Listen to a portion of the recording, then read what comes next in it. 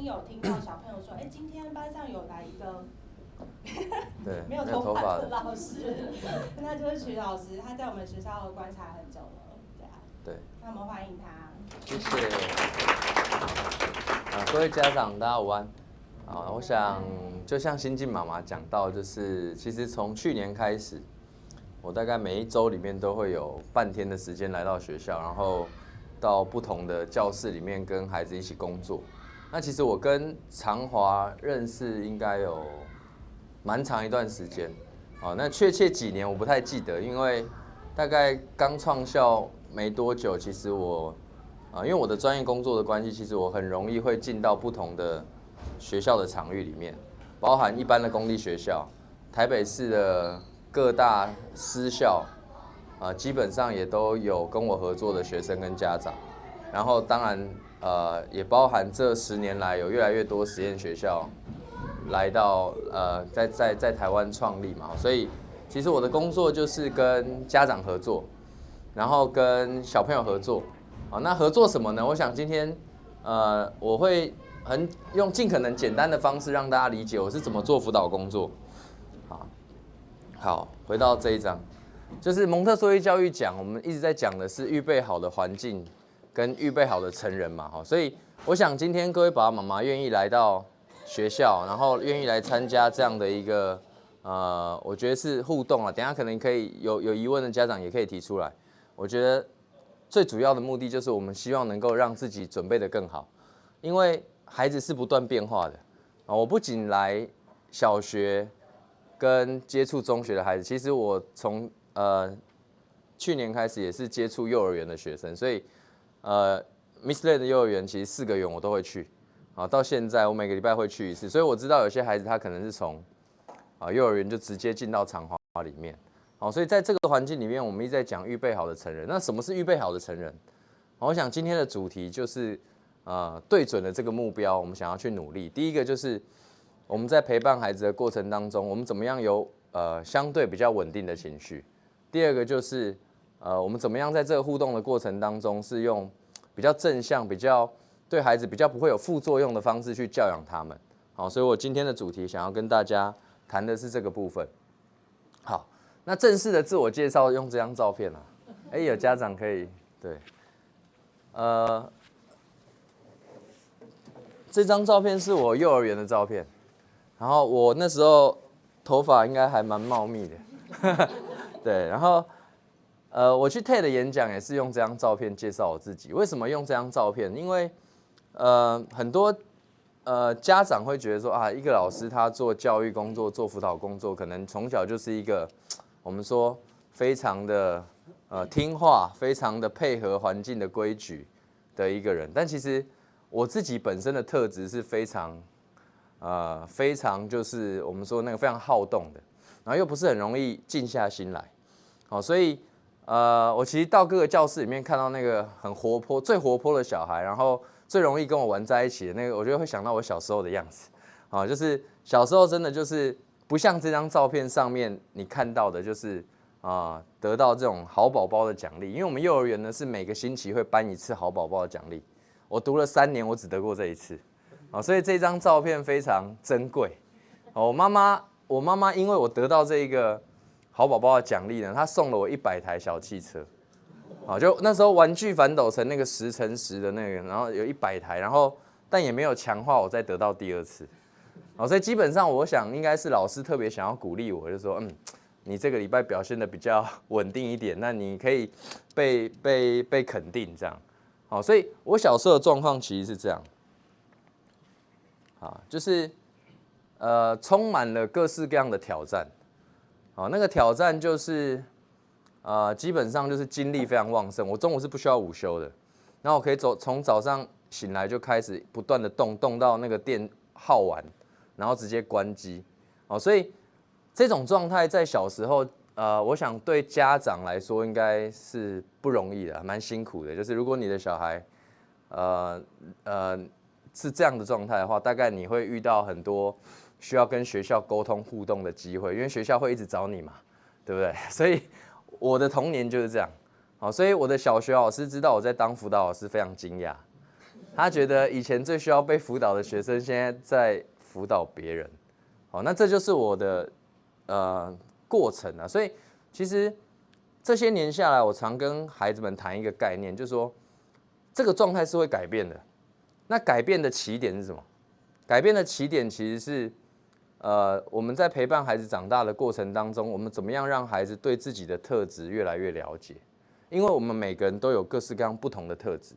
那为什么对自我了解这么重要？因为我们说的起点就是，当我今天知道我是谁，我有什么样的特质，我有什么样的状态，然后我又想要好的话，我是不是就比较有机会在这个基础上去发展我需要的策略，帮助我自己去面对，不管是面对我的学习，或是面对我生活当中各式各样的挑战。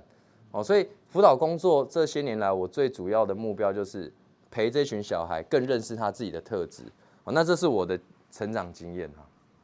好，有一个应该是小学吧，一个老师出的一个段考的题目。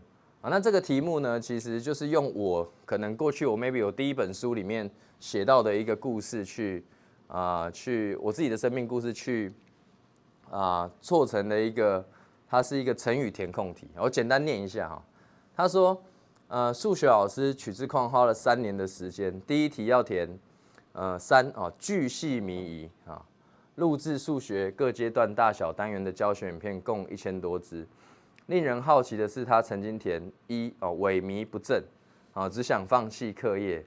小时候因为 ADHD 就是注意力缺陷过动症的症状，上课时常分心，一不留神就填4，悠然神往到别处去了，使自己在数学课上吃足苦头，数学成绩填6，一落千丈。所幸偶然的一次成功经验让他重拾信心，决定以5悬梁刺股的精神再次面对数学。基本上，我不认识这个老师，就我不认识这个老师，然后他把我小时候的故事出成一个段考的题目。好，那我讲给大家听，就是说为什么特别在今天的分享一开始先讲我的故事？因为我们讲教养，我这20年来有很多的工作都是跟家长一起合作，去面对孩子教养当中的一些挑战。就像昨天晚上2个台北荣总的医生带着小孩来找我然后就谈他孩子的一些问题。那我想讲就是说，其实在这个历程里面，真的是充满挑战的。尤其是我小时候的，刚刚看到我那个特质，所以一天到晚在学校闯祸，然后学习基本上也是有很多困难。那我自己比较对这样的情境会比较有感，是因为我跟我爸爸妈妈是一个很大的反差。我爸爸妈妈是一个非常会念书，然后过去是非常乖，然后读书成绩非常好的。因为我爸爸也是医生，我爸爸妈妈当年他们都是第1志愿毕业的。但是呢，他的小孩就是我在小时候就是一天到晚，你会看到老师会有对这个小孩会有很多的指正，然后会在学习上会有很多的困难，所以我爸爸妈妈在我小时候是不太理解的，为什么他的小孩会是这个样子。那在那个年代，基本上，即便我爸爸是医生，他对我的特质其实也不够了解，他根本不知道，原来他的小孩是有 ADHD， 他从来没有朝这个角度去想，因为他觉得那就是调皮捣蛋，那就是应该要被管教。所以特别放我数学学习的经验，是想要让各位家长知道，就是说我从小数学学得很差，小学数学就很差，国中数学也不好。那因为我爸爸妈妈，请进。我爸爸妈妈其实因为他们的学习都很好嘛，对，我比较容易流汗，我就是应该让我把西装脱掉好了。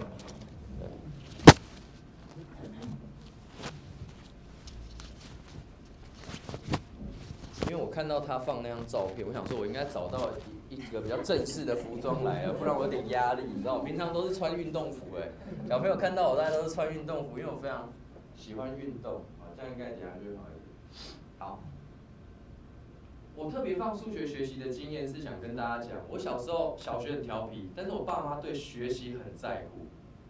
我国中念的是台北的维格中学，因为他们希望我可以好好学习，所以我中学念的是维格，我高中念的也是维格，所以我在6年的私校的生活度过。我不知道大家应该有听过维格吧？哈，基本上就是一个每天有考试，每周周考排名，每个月段考排名的一个学校。好，那我的数学从小就很差，我到维格之后更差。我妈妈希望挽救我的数学学习，她特别请了阳明医学院，以前叫医学院，她请了阳明医学院的学生来我们家1对1家教数学，我还可以上到睡着。好，所以就是那种状态，就是对数学学习非常排斥的一种状态。好，那这样的状态呢，一路到我高中，啊，因为我后来就直升了我一个高中。到我高中之后呢，我选了文组，我们家全部人都选理组，包含我的弟弟，我弟也是医生，啊，就是只有我是选择了文组。我选文组之后发现，好像人生有一点点的希望，那个希望就是我的成绩就是只有剩数学很差，我其他文科都还蛮好的，我的国文、英文、社会啊什么都可以，考到平均90分，但我一科数学就被人家拉掉50分，因为都不及格嘛。好，所以我就真的很认真，想要把数学弄好。我还记得很清楚，那个晚上隔天是要考圆锥曲线，就是抛物线、椭圆跟双曲线，然后很认真算了4个小时数学。我从小到大没有这么认真过，就是对数学的学习第一次这么投入。算了4个小时，隔天去考试，大家觉得我们考好？很认真就是真的下定决心，我想要把成绩弄好。然后我算了1个晚上4个小时，我在书桌前很努力。结果算了4个小时之后呢，隔天去考还是考不及格，就还是不及格。所以那个场合就是我们数学老师站在讲台上，然后他念名字报分数，然后我要从我的座位就走到讲台上去拿那张考卷。好，我不知道大家能不能体会一个小孩在这种状态下的心情，就是觉得说，我那时候心情就是糟透了。糟透的概念就是说，我这么努力，然后我那么认真，我1个晚上想要把这件事做好，但是却还是搞砸了。好，所以对自己其实是非常的不接受。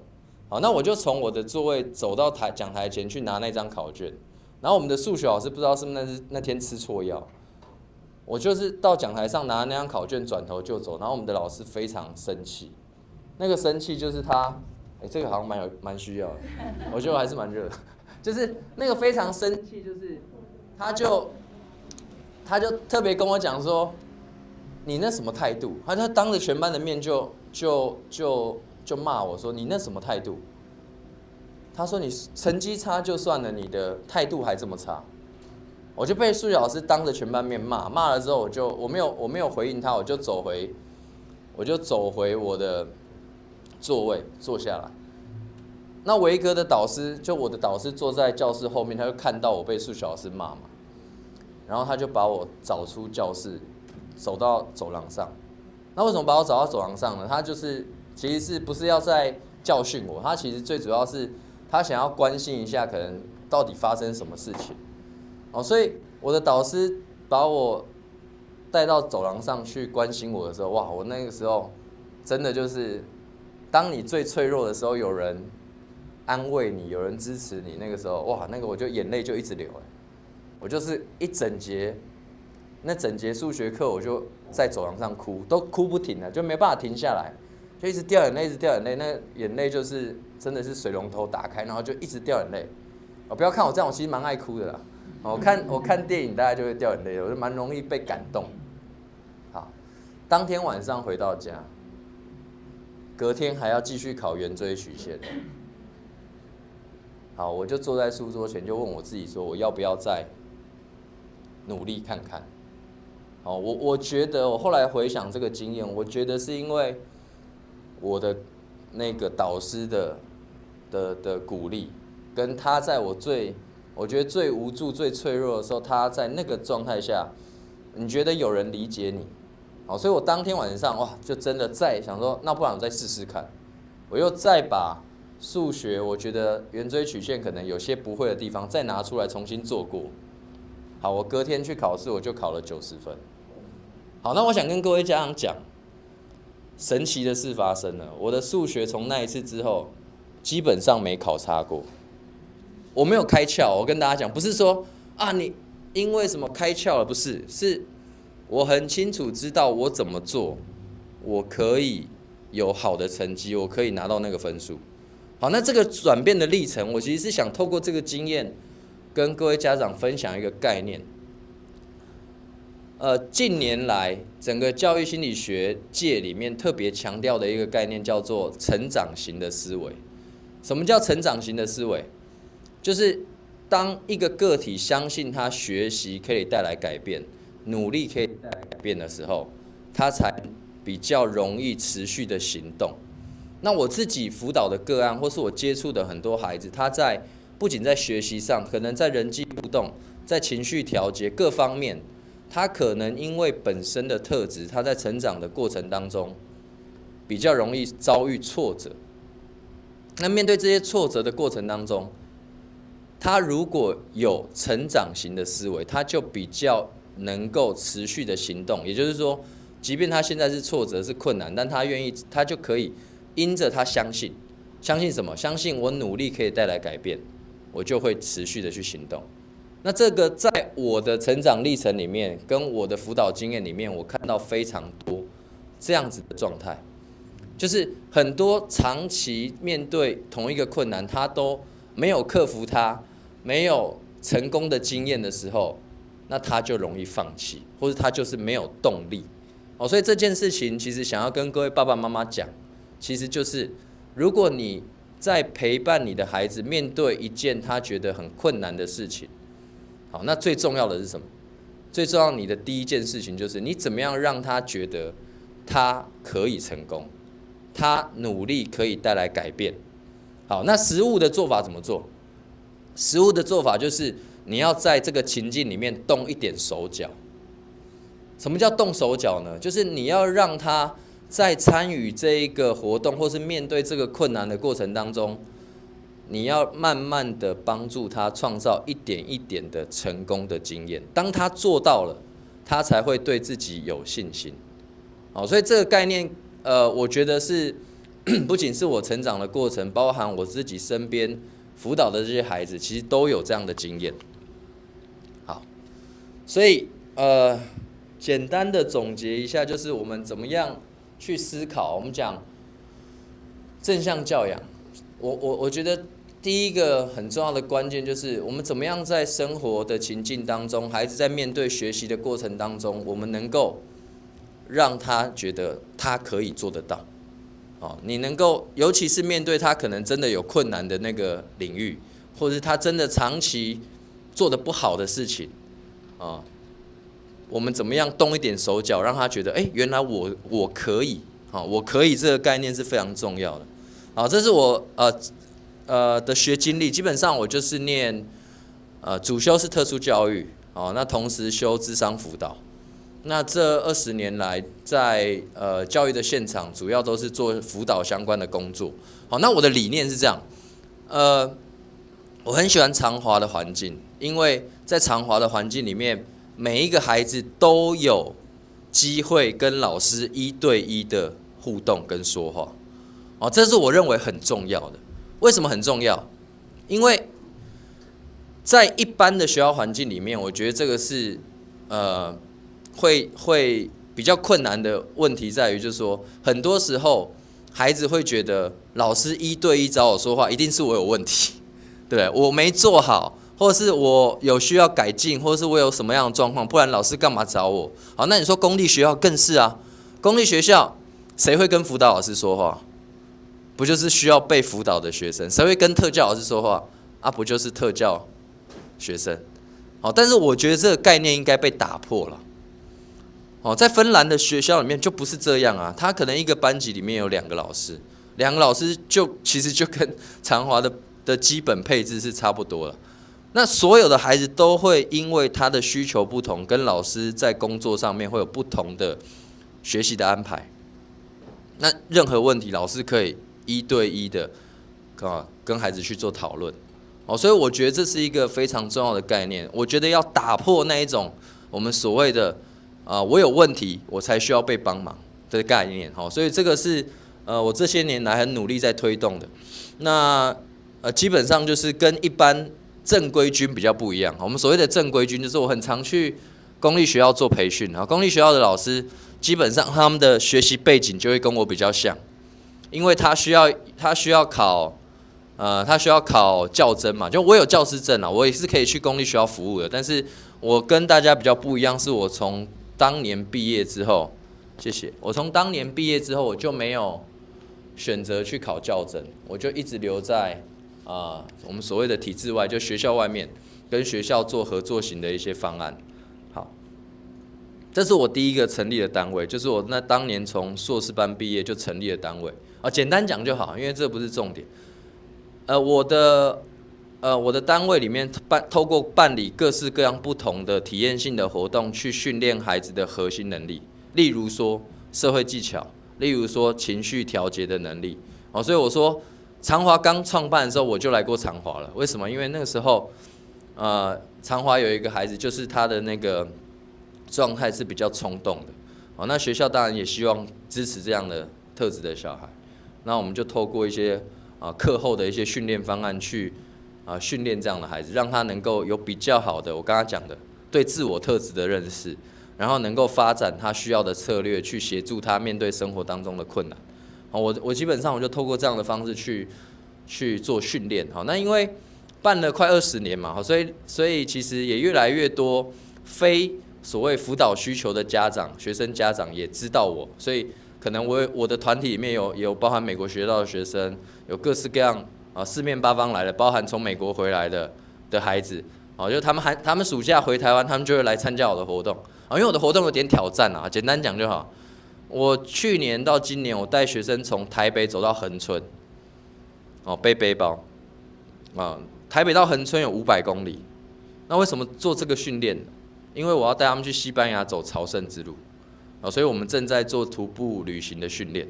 所以你想说，对这些有这样需求的小孩，为什么我用这样的方式做？我等一下讲我的教学辅导模式，你就会懂了。得过一些奖，写过一些书，基本上这7年来，每年我会出一本书。那每一本书其实聚焦谈的议题不太一样，包含谈情绪的教育，包含谈社会性互动的训练，谈今年写的叫谈过动症，过去写过谈自闭症。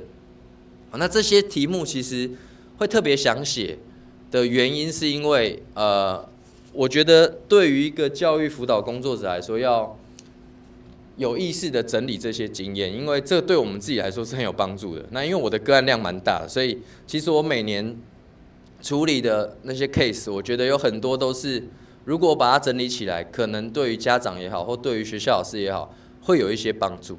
所以我就把这些经验就慢慢的整理成就是一本一本的著作。那像《天赋就是你的超能力》这本书，我访谈了10个各个领域很优秀的专家。举例来说，例如说国泰金控的投资长，然后艺术家，可能艺术家陈介仁老师，就是各个领域就是非常顶尖的人。然后我为什么访问他们？因为目的就是希望能够让他们的成长历程被更多的小孩看见。所以我是从他们的成长历程里面去回溯他在面对他自己生命当中重要的课题的时候，他发展了什么样的策略。那我希望能够给青少年一些方向跟参考。所以我每年大概会聚焦谈不同的题目。好，这是我活动的一些状况，给大家看一些照片。这是我们一次出去的学生的组成，基本上蒙特梭利教育是混龄嘛，对吧？我是超大混龄，我的学生从去年有一个Michelin 的大班的学生跟我们去，然后到最大的是大学生，就幼儿园、小学、国中、高中、大学，所以是超级大混龄。然后就是真的出去没有家长，就是这是新竹的五指山，我们都会去有一些有体能训练的概念。这是台东鹿野，我们带孩子去，我们那个时候有一天晚上，我半夜应该3点把小孩叫起来，然后跟我一起去徒步到哪呢？我们从布农部落走到鹿野高台，为什么呢？去看热气球。然后就看完，然后再把路也整个走一遍。那为什么带孩子去走路其实我觉得啦自我认识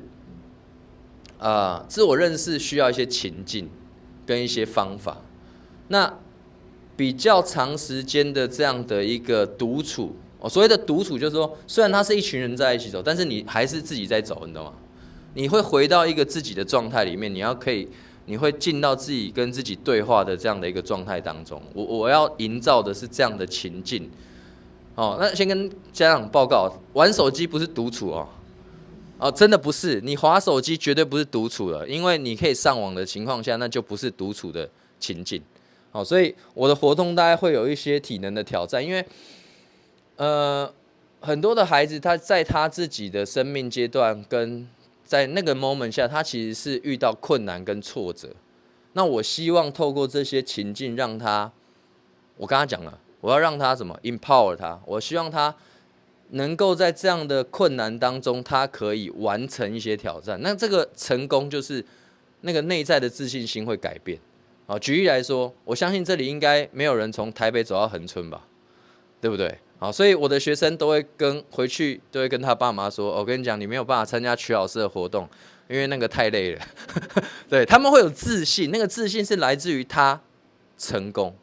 所以为什么我说我们家长很重要的功能就是我们怎么样在生活当中帮小孩创造那个成功的经验。所以我在做的是这件事情。这是我们去徒步旅行的一张照片。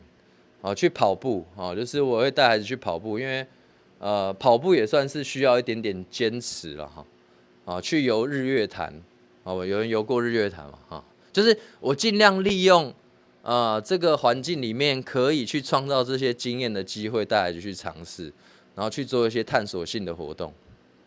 我隔周日都会带孩子去爬山有些时候比较有挑战一点然后礼拜六我带他们去打篮球为什么透过这些活动？因为我觉得训练应该建立在真实的情境当中因为很多坊间的训练，你会看到孩子可能去医院，可能去诊所、去治疗所那治疗所、诊所、医院，当然那个环境也是有一定的作用的，但是对我来讲，我比较期待是孩子在一般化的环境里面，他可以得到这些能力的提升那篮球可以教什么？篮球可以教太多了，篮球有规则。他需要跟别人合作，需要跟别人竞争，他需要有好的情绪调节能力等等。像这个，我们不是要练篮球技术我们不是跟坊间那个什么篮球队一样，不是，我们就是一个像社团的性质。但是目的是什么？这个孩子在做什么？他帮他的队友去挡人不是要他做得多好，但是我们要让他感受到说原来我可以替别人做些什么。我在球场上，我可以不是只看着我自己，我可以在这个情境当中，我替我的队友创造机会。我要的是这种感受而已。所以透过各式各样的活动去做训练，那当然要面对一些那个争抢争执。所以亲子天下曾经报道过我们的活动，就是说这个情境在做什么，就是在让孩子知道我可以，我也能。简单讲就是 empower。我就希望他能够被增能，他对自己更有信心，因为当他做到了，他的那个正向的循环就有机会被启动。我们要的是，我要的是我不知道大家是不是一样，我要的是孩子内在有那个动力。你如果都是靠你推你拉你不断的去要希望 drive 他，这种我觉得是很辛苦的。我要的是他内在有这样的动力。所以这是情境当中可以创造的。那我刚才已经跟大家讲，最基本的方法就是创造成功的经验。好，我的辅导模式跟我透过这些活动训练的方式我就把最核心的技术跟大家分享了因为爸爸妈妈是最能够应用这个技术的人。所以我只要跟家长分享，我就会刻意把这个技术讲得更清楚，因为你们无时无刻都可以训练你们的小孩，而且是透过我觉得比较稳定的方式去影响他们。举例来说，在我的情境当中，或是我们讲的大家的生活情境当中，无时无刻都是体验。我们每天的生活情境，包含小孩来学校学习，包含他休息时间跟同学玩耍，中午吃饭，放学回家可能去学习才艺，或者跟爸爸妈妈可能去露营、去野餐、去看一场电影，这个全部都是体验。好，那什么体验要让我们要抓住那个体验的机会，把那个体验变得更有意义？这就要看大家了。你什么时候你觉得这个经验很重要？我应该让孩子更深入的去觉知、觉察跟感受当下这一个经验，这是要看大家决定的。我对我的学生是有那些目标设定的，我刚才已经讲了，我的很多活动对准了一些核心能力训练，例如说，我希望他可以在这个活动过程当中学习有更好的情绪调节能力。我在这个活动当中，我希望他发展人际互动的策略，所以我是很有意识在创造那些情境，然后在这些经验当中，我是想要去影响他的。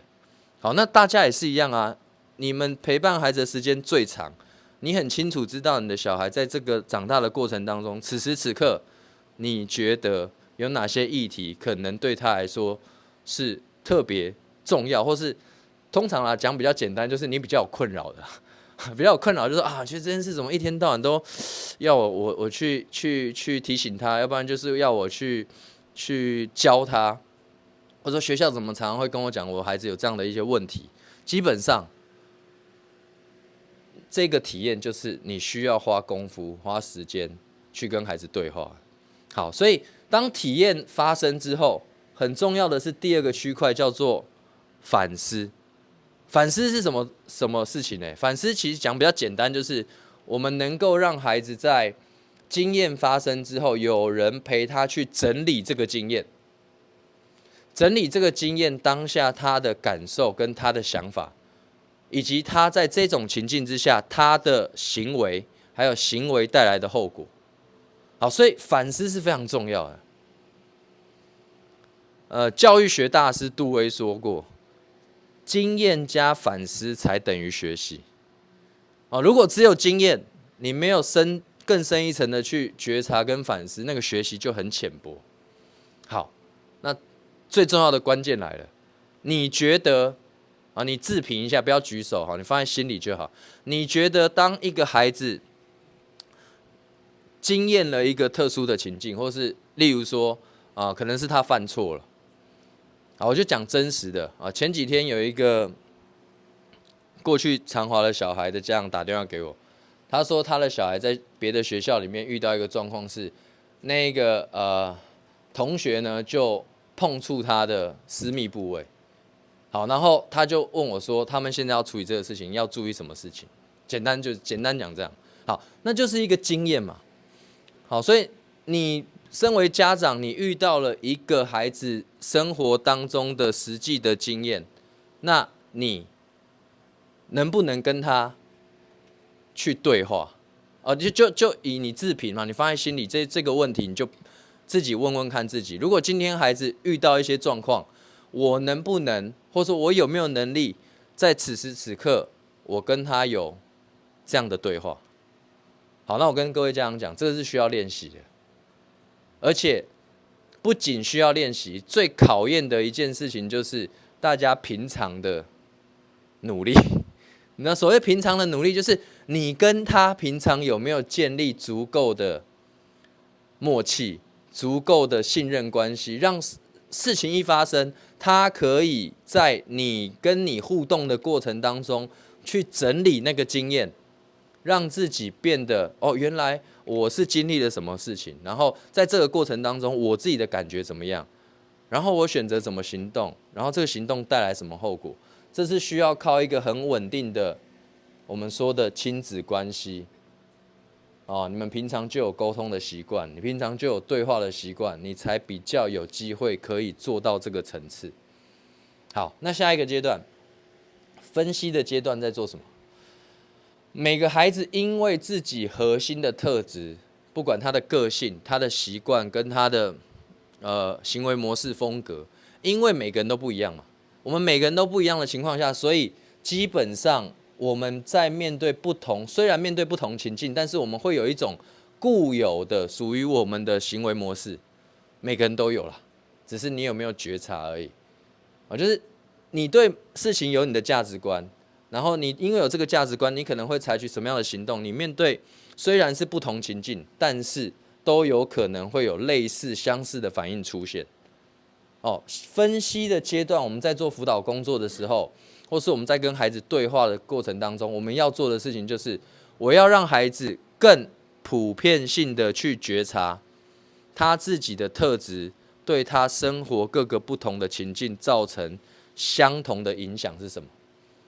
我跟他讲，我说辅导最重要的一件事叫做陪孩子自我认识。不管今天发生什么事情，我们只要有意识的、有耐心的走过这个历程，基本上他对他自己的状态就有更深一层的了解。这是靠大人的引导。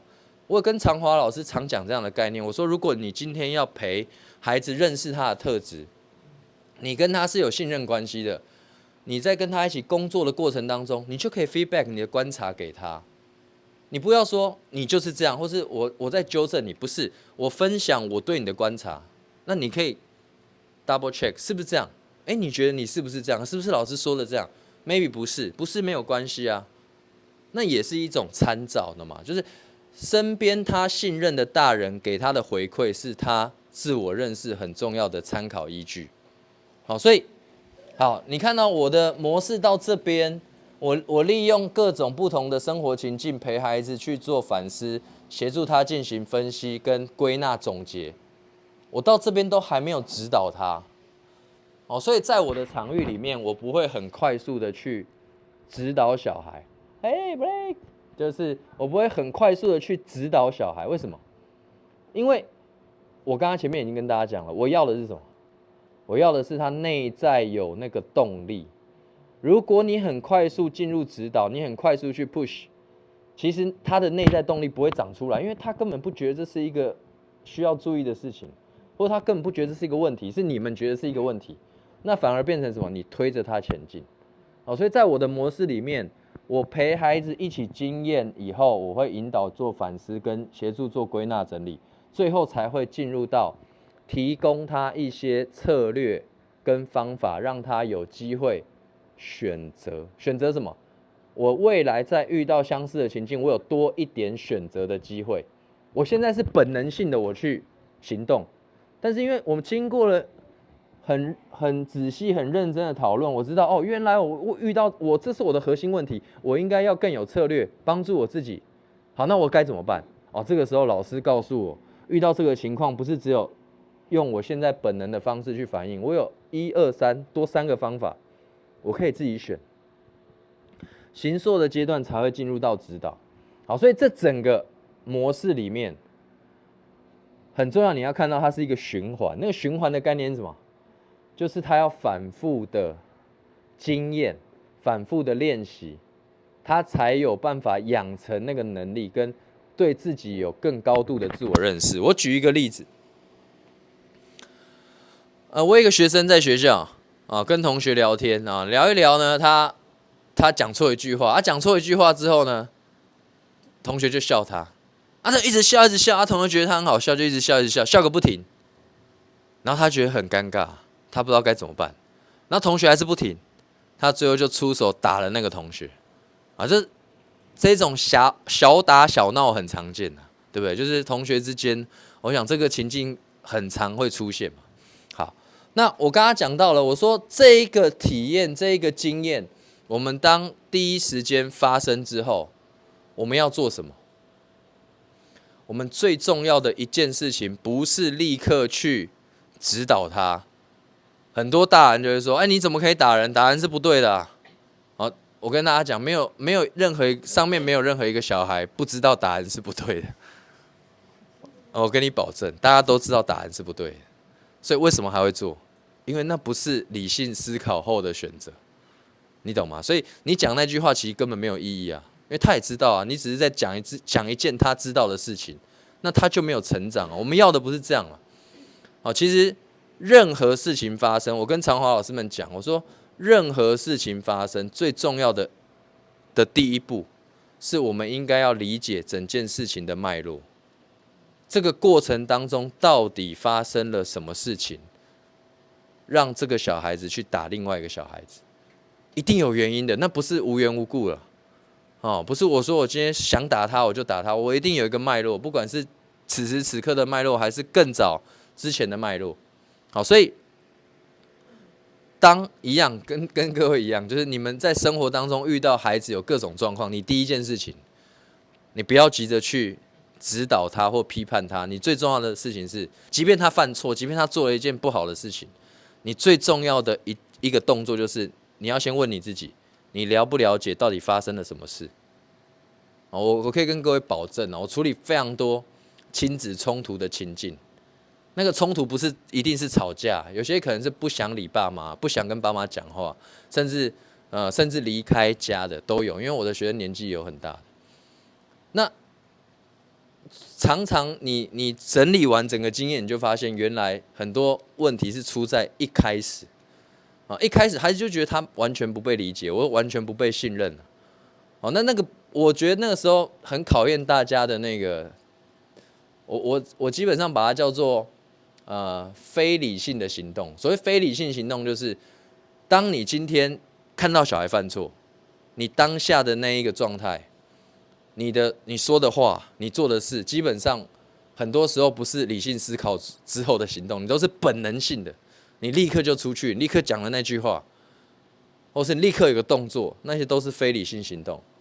那最重要的策略就是放慢下来，不要急着回应，不要急着反应，不要急着说话，因为那个时候说的话，很多话都不太能听。我等一下举几个例子给大家，你就知道了。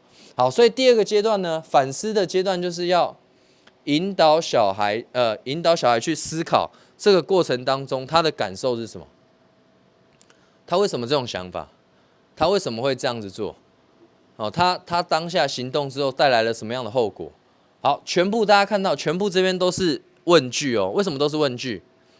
因为不是我告诉他，我期待的是他可以告诉我，所以我是在引导他说话，我要让他愿意说话，愿意整理，跟愿意面对他自己的状态，所以我都是用引导。好，那这边又有一个考验出现了，不要像警察做笔录那样，好不好？大家要记得，你的姿态，你说话的方式，对不对？你要能够引导他愿意把这个状态告诉你。简单说，一个犯错的小孩，他要在你面前愿意跟你坦白，这不是一件简单的事情，因为他会预设我讲了这一个话，你会有什么反应，他也会害怕。好，所以我说嘛，你要能够做到这件事情，就考验着你们之间的信任关系啊。为什么小孩如果他没有办法在那个当下去面对，那你有时候可能你不见得要那么急，你可能要给他一点时间。他可能当下没办法说，不一定是你们关系不好，有可能他不接受他自己啊。我们遇到很多个案，我们在辅导的时候，他没办法说，不是因为我们之间不信任，是因为他觉得开这个口他会很羞愧。所以我们要能够理解孩子当下的那一种情绪状态。好，分析就像我刚才讲的，我们对这个孩子的特质够了解，我们就知道原来这个小孩面对到他不擅长沟通的情境，他都用肢体的方式去处理问题。为什么？因为我知道你在家跟妹妹也是这样相处，你不是只有在学校跟同学这样，你跟妹妹也是一样。代表呢，当你今天简单说啦，口才不够啦，或是面对那一种社会情境，我没有足够的因应策略的时候，我就用最本能的方式去处理问题。好，那再来形塑的阶段，我刚刚前面有讲，前面都还没有到指导嘛，指导的阶段是在后面嘛。当这个孩子已经很清楚整理了这个经验之后，他知道问题出在哪，他也觉得这是一个他的困扰。好，那当他有这个需求的时候，我们就可以提供一些方法，你可以让他知道当你今天讲错话，同学一直笑你，你除了扁他以外，你还有什么方法？我可以提供1、2、3、4、5、6、7，你自己选。好，那未来他在遇到这个情境，他就比较有能力。比较有能力什么？因为你想我已经陪他整理过整个历程，这个是给爸爸妈妈的功课了哈。今天如果你的孩子啊，在生活当中做了哪一件事情会让你特别不爽的，你就特别需要你自己需要做这个整理，真的。为什么？因为我刚才已经讲了，当你的情绪被触发的时候，那都是非理性的行动。我们在第一线训练老师的时候，我们都跟老师讲，小孩的哪一个行为会让你情绪会上来，你就要花时间去整理那个经验。为什么？因为你要做预防，预防什么？你整理过很多次之后，你的那个抵抗力会比较强。好，所以这是一个帮助大家变稳定的练习。好，我跟大家讲啊，你今天听完你没有练习呢，是没有用的。很现实就是这样，你就知道一个理论啊，知道一个道理，但是小孩出现那个行为，你还是爆炸了，真的会爆炸，因为你没有练习。所以这个练习是没有人可以帮你的。如果你遇到什么情境是特别会刺激到你的，你就静下心来去咖啡厅就是点一杯咖啡，坐在那边跟你自己对话，然后把它写下来。为什么小孩这个行为会让我那么不爽呢？原因是什么呢？我到底在气什么呢？跟你自己做一个整理，这就是自我认识跟自我觉察的训练。好，那我们的模式基本上就这样，所以你看，不管是人际互动、情绪的调节，甚至学习，其实都可以做这个 review。举例来说，我在长华会遇到有些孩子，他可能在工作的时候很容易分心。我要的是什么？我要的是希望这个孩子意识到他自己工作容易分心的状态，不是我告诉他，或者说我提醒你要专心，是我让你觉知你自己的特质。我在维格后来是第3名毕业的，我成绩后来变得很好。为什么呢？因为我对自己的状态有越来越多的觉察，因为有这些觉察，我就发现原来我这么不专心，所以我要想办法克服我不专心的问题，所以我在高中的时候就发展出一套我自己的读书的策略，所以我后来成绩就蛮好的。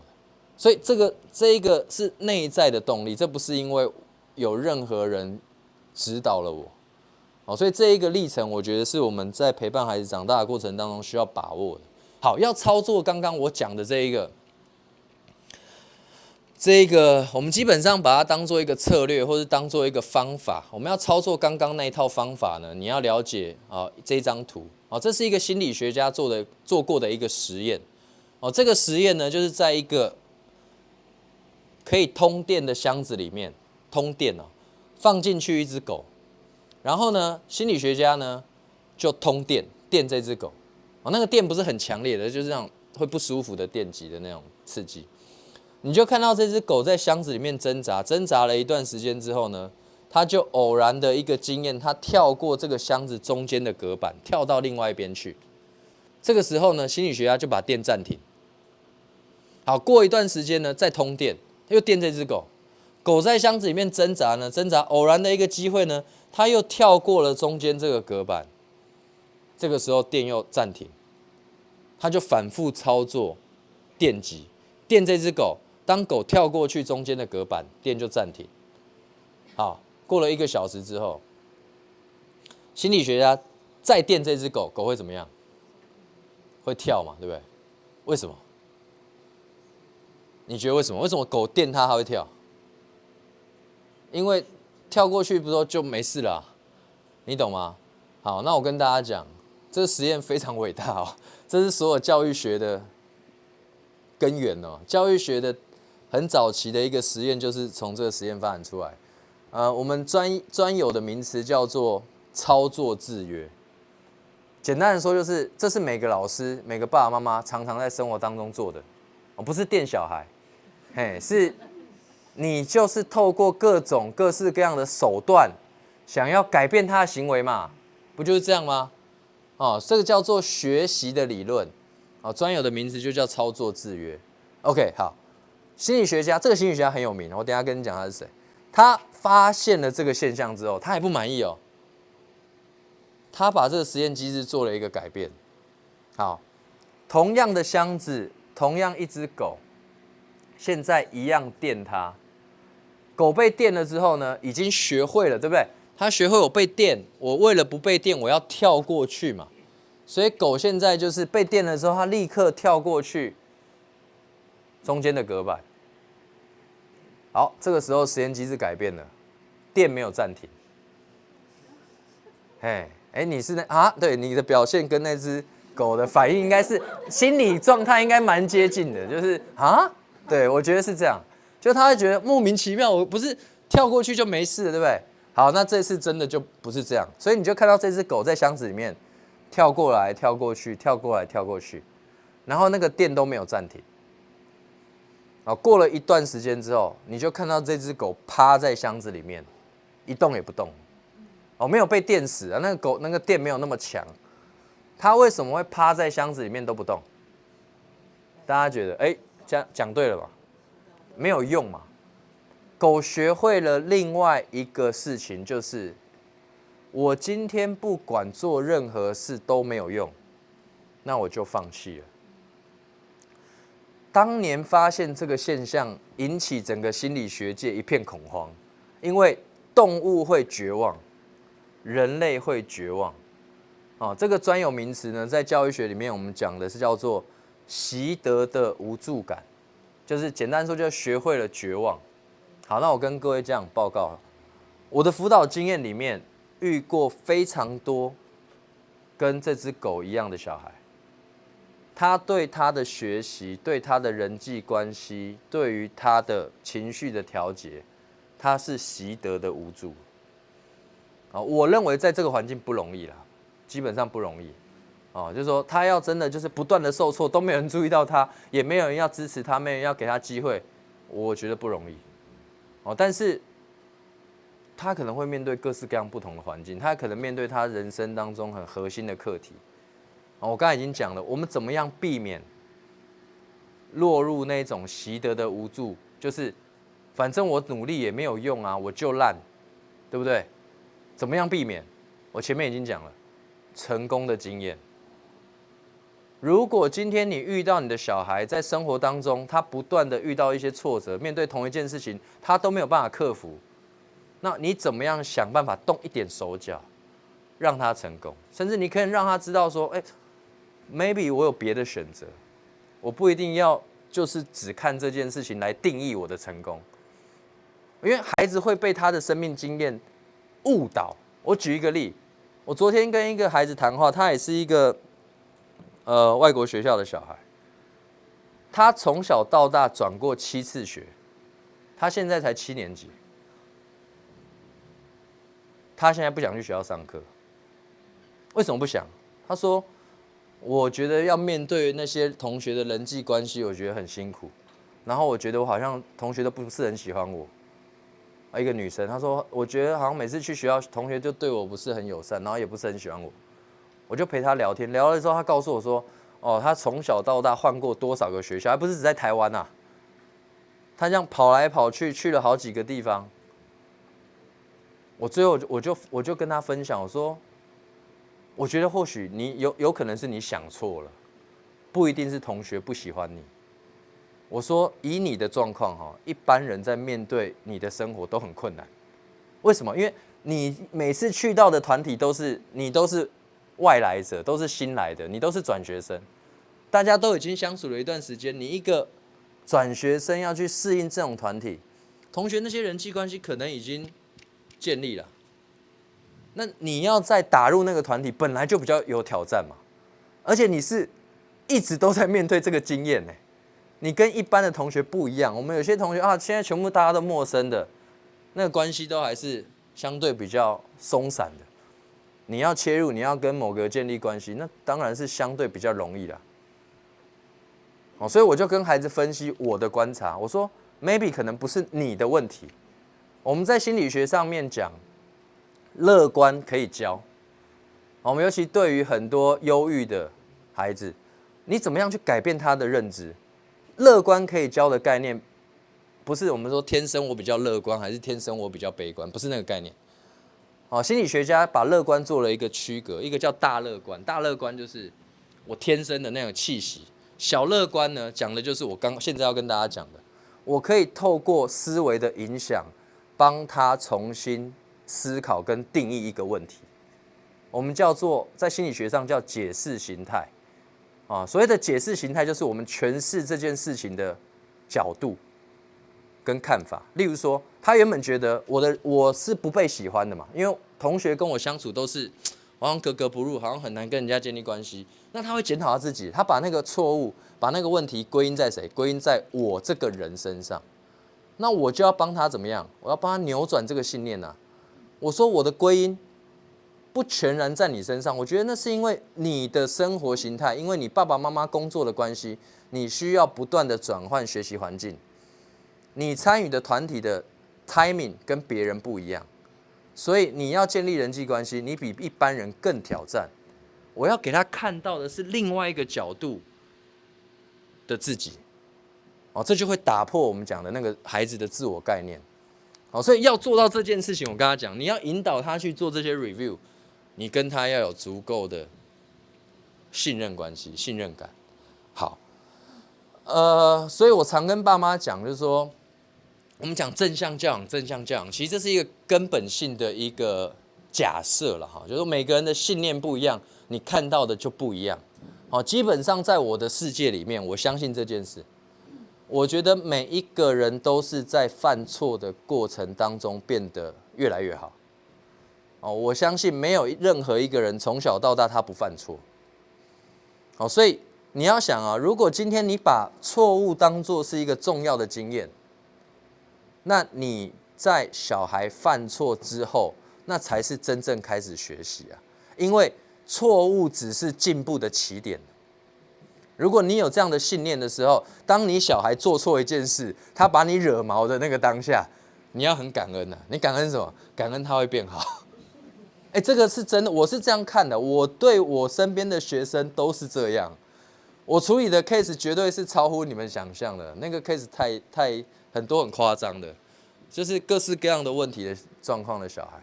但是我的信念就是 OK， 我们要变好了，我们有机会改变了。好，所以你想啊，今天小孩犯错，他愿不愿意跟你坦白？这就是一个检核点，你知道吗？虽然这很残酷啦，就是你生活当中，如果你的孩子犯错了，他愿不愿意跟你坦白？这就考验着你们之间的互动的这样的关系。好，那没有坦白，我跟他讲，他如果不敢跟你讲，没有办法说，有时候不是你们的问题，有可能是他还没有准备好面对他自己。所以我的策略就是我不会强迫他要打开了。每个人都有一块属于自己的那一个领域，他可能觉得这件事情我可以我自己面对。那你就不要硬要把它打开，对不对？因为他就没有准备好，那种状态是很脆弱了。所以我为什么说那个关系是有时候那个是出在于你是真的理解他，我们真的能够站在他的立场去考虑问题。好。那创造一个容错的环境，对很多大人来说会有误解。他觉得说，那是不是小孩犯错都无所谓？不是啊，绝对不是。为什么不是？因为这个是一件很公平的道理，就是你今天不管做了任何事，你都会得到一个后果，基本上都会了。你生活当中，你的任何一个行动都会带来后果，对吧？这个例子太多了，我们也不太需要举例了，因为生活当中无时无刻都是这样啊。好，那后果其实在正向教养里面，我们就会特别谈得更仔细。基本上区分成为自然的后果跟逻辑的后果。简单讲，自然的后果就是今天他做了一个行动，自然带来的结果。例如说，我今天出门的时候，我根本没有预料到今天会下雨，然后结果忽然间下了一场雨，我被淋湿了，这就是自然的后果，因为我没有带伞嘛。好，可是呢，今天出门前，妈妈提醒我说，气象预报说今天会下雨，请你带着你那把伞。结果你不带，你就出门了，结果就真的下雨了，你淋湿了，这就是逻辑的后果。所以讲的比较简单，逻辑的后果就是今天我们跟孩子讨论过。我们让他知道，你这个行为可能会带来什么结果，但他仍然选择用他的方式去行动，那个后果他在承担的时候，就是他在承担逻辑的后果。好，所以换句话说，教养的工作到底在做什么？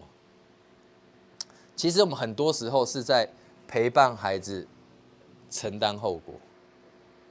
好，那所以我们为什么说情绪的素养很重要？因为通常在陪伴孩子承担后果的过程都蛮有情绪的，不见得是因为你小孩造成的，也有可能是因为环境造成的。我举例嘛，我的学生有一个很冲动特质的小孩，他在学校常常跟同学起冲突，他妈妈常常要去学校开会，常常需要跟对方家长道歉，就是这样的一个例子。到后来他妈妈已经受不了了，因为他比较辛苦，他爸爸不在台湾工作，爸爸是在国外工作，所以他妈妈就受不了了，就是希望他爸爸不要再去国外工作，因为如果有什么事情，希望爸爸去学校处理，因为他没有办法再承担那个后果，因为对他来说那个太不舒服了，他要去面对别人的家长，不是他小孩犯错，也是他要面对别人的家长，这一关他有点没办法。好，所以教养的工作，我们在做的事情就是让自己保持稳定，陪伴孩子去面对后果。好，不论是自然的后果还是逻辑的后果。好，那有一个很重要的大前提，一定要跟大家讲。我跟他讲，第一个 point 是你要放慢嘛。那第二个 point 是什么呢？请记得不要急着去要小孩反省啊。为什么不要叫小孩反省？不要急着做这件事情。好，为什么呢？因为反省很重要，你知道吗？我们的那个反思 reflection 的这个动作，其实也包含了反省。但是反省因为很重要，所以不要随便做。为什么呢？因为你会带来一些副作用。好，像很多的学校会叫小孩写那么自述书啊，写反省单。我跟你讲，写到后来，他已经知道一套公式了，就怎么写，大人会过关。但那是反省吗？那不是真的反省。我们要的不是这个。所以，当小孩犯错、出状况的时候，第一件事情就是你要能够理解跟接纳他的感受。好，我想跟大家讲，没有小孩想把事情搞砸，没有，大家都想要表现好。那为什么他搞砸？就像我说的，我花了4个小时算数学，我希望我数学考好，但我就考差了。我不需要别人来指责我，不需要老师来说我什么，我自己知道我的状态很糟糕，因为我觉得我很失败，我觉得我很没用，我有很多很负面的念头。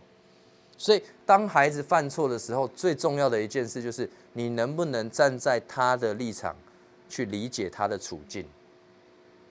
如果你是他，你有什么样的感受？这个是非常重要的一步。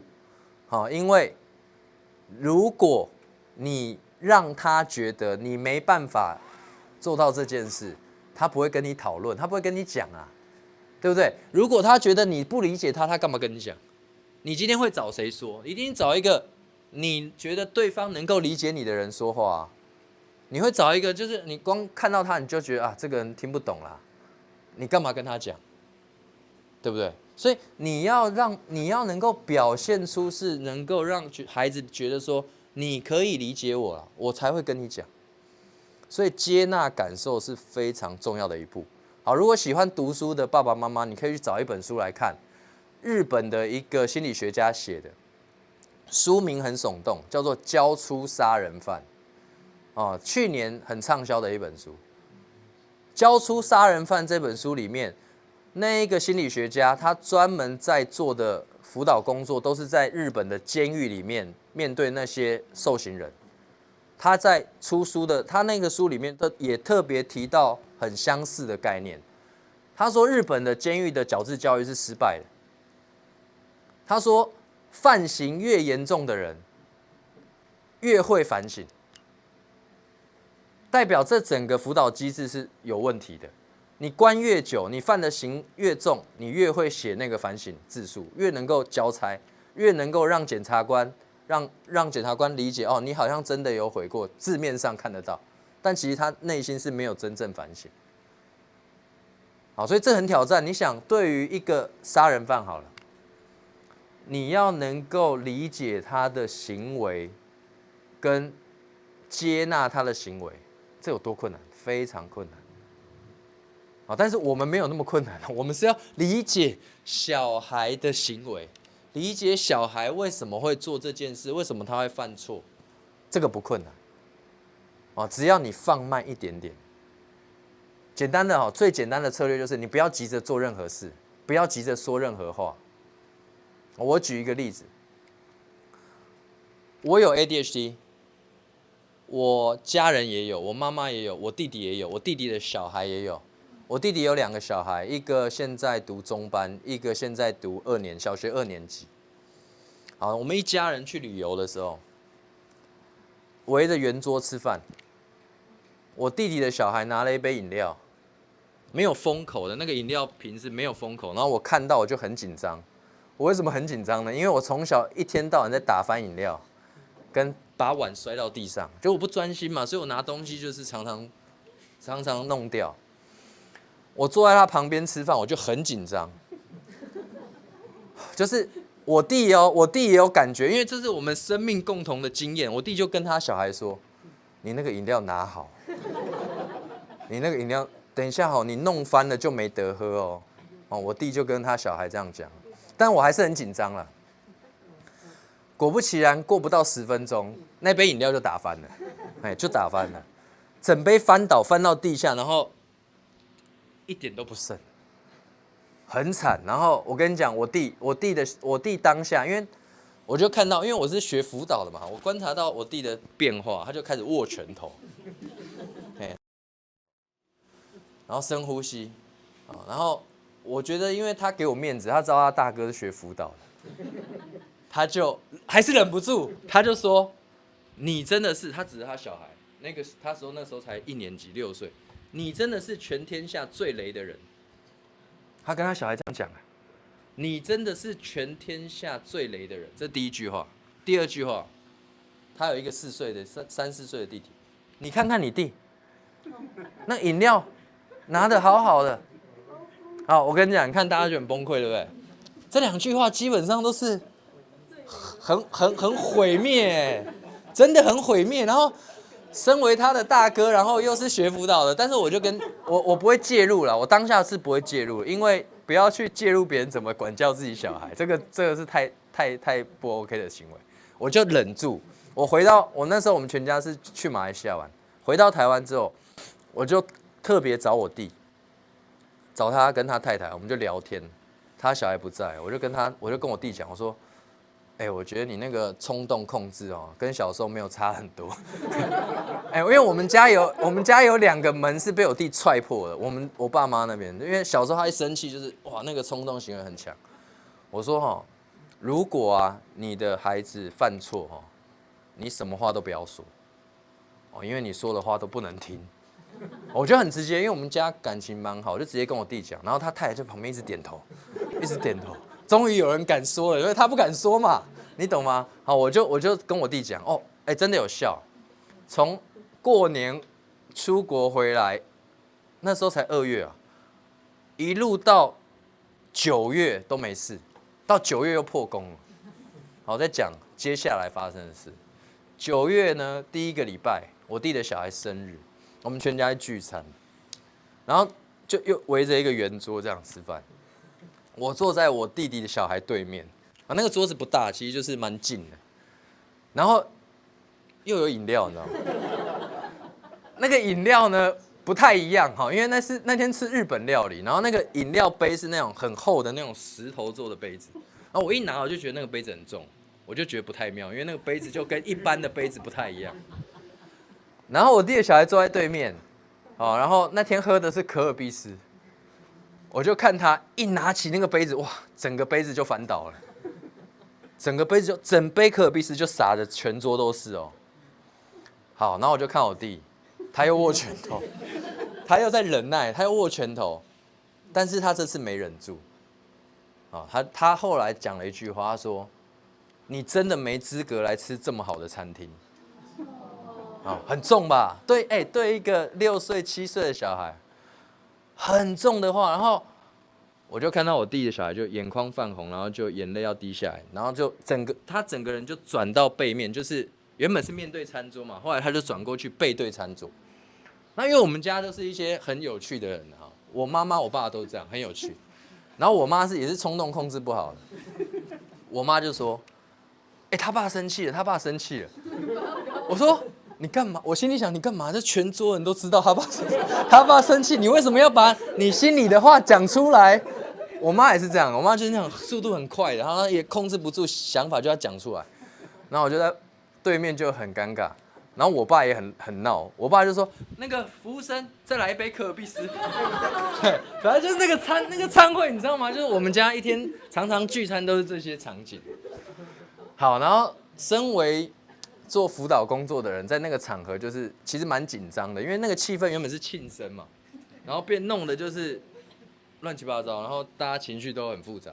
好，那我在当下其实我觉得那小孩就是我的爸爸又拿了一杯可尔必斯要给他，他拒绝，他不要，然后他是不面对餐桌，他就是一直就是背对餐桌。为什么？因为他爸说什么？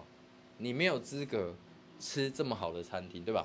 所以他觉得他是在被处罚的。好，所以我要讲，你能够理解那个孩子的感受吗？没有人想把饮料打翻啦，我跟你保证，他想喝饮料，他为什么要把饮料打翻？所以你不要问一个小孩说啊，你怎么这么冲动啊？你怎么不专心？我跟你讲，这个年纪的小孩他没办法回答你，他的行为就是当下的一个冲动、一个念头促成的。他没有办法回答你的原因，是因为他自己不知道。所以，如果你能够接纳那个小孩的感受，你就比较有机会调节好你的情绪。简单讲，他不是故意的，没有人想故意把事情搞砸，尤其是小孩子，他是想要做好的。我可以跟大家保证。所以。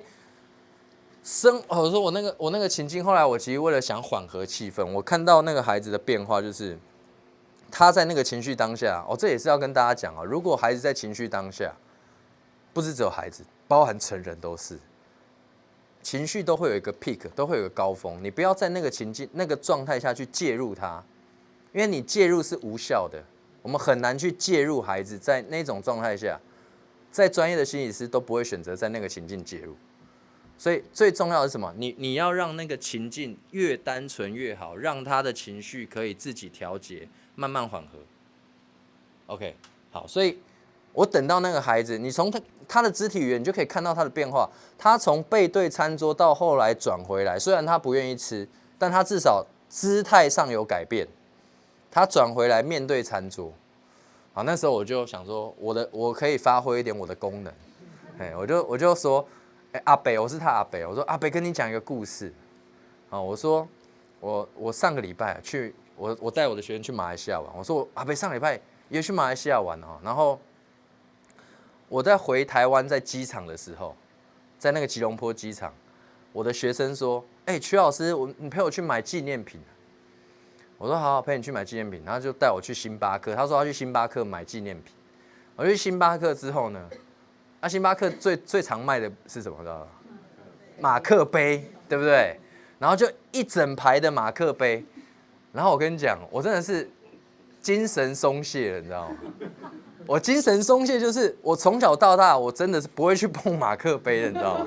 因为马克杯摔过太多，我就是对这个东西有点恐惧感。然后因为我学生设了一个陷阱给我，他说：“陪我去挑纪念品。”我真的，一走进去，我真的被吸引了，因为它有一个。纪念款的马克杯是一个棒球造型，然后它有一个，它有杯盖，杯盖是一个棒球帽。因为我很喜欢棒球，我就一看到那个，我就手就拿去拿那个杯子，就一拿过来之后，那个帽子就这样给我掉在地上。那个帽子也是陶瓷的，就直接掉到地上就破成2半。然后一回头，2个马来人跟那个华人就瞪着我，因为3个店员嘛，他看到。我竟然把一个很珍贵的纪念的杯子打破了，杯盖打破了。然后当然最后，其实我跟大家讲，我当下很生气，我气谁嘞？气我自己。我气我自己为什么要伸手去拿那个马克杯？我已经控制了那么多年都没有再犯这个错了，结果我竟然又犯了这个错，你懂吗？然后我那时候很生气，气到什么？我气到去结账，结完账我那个杯子我都不要，你知道吗？就是已经气自己，气到说我怎么又犯这种低级的错误。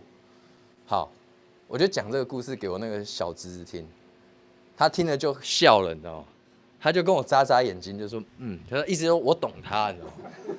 我也不想，你知道吗？所以没有人想要打破杯子啦，好不好？我就讲最简单的，就是没有人想要犯错，没有人想要打破杯子，但为什么发生了？对孩子来说，他应该在这种状态下，你希望帮助他更了解自己的基础是什么？你要让他觉得你是理解他的，那是最重要的一件事情，不是你告诉他一些大道理，因为那些大道理大家都懂。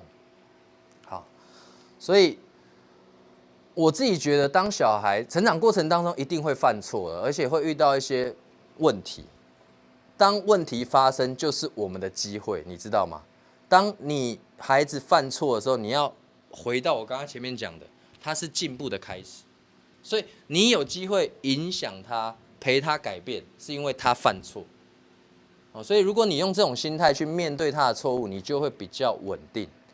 好，我讲几个后果。第一个，我刚刚讲正向教养里面，我们讲自然的后果。我有一年带学生去活动，我们去那个高雄，这是我们到了一个那个游戏，经过一个游戏式的喷水池，就是那个地上都在喷水的一个公园。然后你就看到小孩，就看到喷水池就疯了，你知道吗？我们是在经过它，他们就全部就冲进去了。他们觉得自己防水吧，我不知道，就全部冲进去，然后玩的时候就很开心，玩完之后就这样，就是东拖西拖，然后就说老师我很不舒服，我全身都湿哒哒，怎么办啊？然后开始求救，这就叫做自然的后果。你在玩之前你没有做装备的调整，你就去做了，那个不舒服谁承受？他承受啊。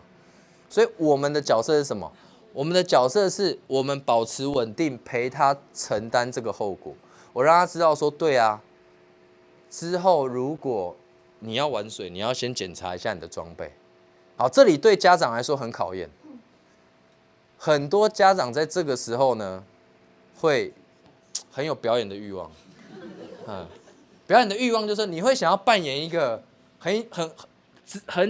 就很了解事物道理的一个成人，你就想要说，就开始会有你知道吗？会比较激动，不然就会讲一套大道理，或者把这件事情变得更复杂。对啊，你看你像弄湿之后，等下感冒了怎么办？然后就开始无限延伸，你知道吗？完全没有必要。